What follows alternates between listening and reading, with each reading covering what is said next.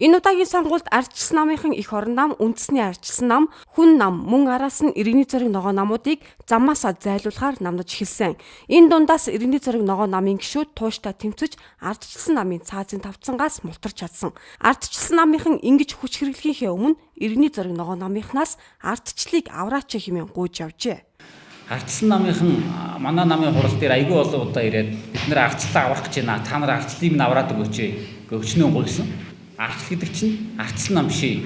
Хэрв намын дарга оюун анханасаа голомтоо самарч урууч шарваагүй байсан бол иргэний зориг ногоо намынхан энэ удаагийн сонгуульд хүч тэнцүү өрсөлдөх байсан юм а.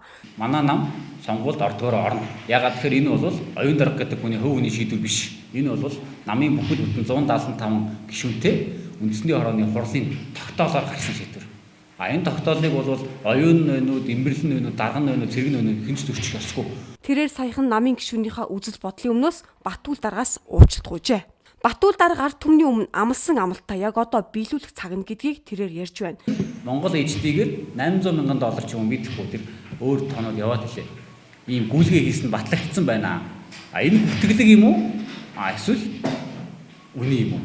Бүртгэлэг юм бол та тэр шүүхийнхээ байгуулалт хандаач. Үний юм бол та хэлсэн үгэндээ өрөөд ажиллаа өгөөч. Сонгуулиас нэрээд татаач. Гэтэл юуны учир ярьсан хэлснийг нь сануулсан хүнд хариулт өгөхөөс зайлсхийж даргаар нь уучлалт гуйлгав гэдэг анхаарал татж байгаамаа.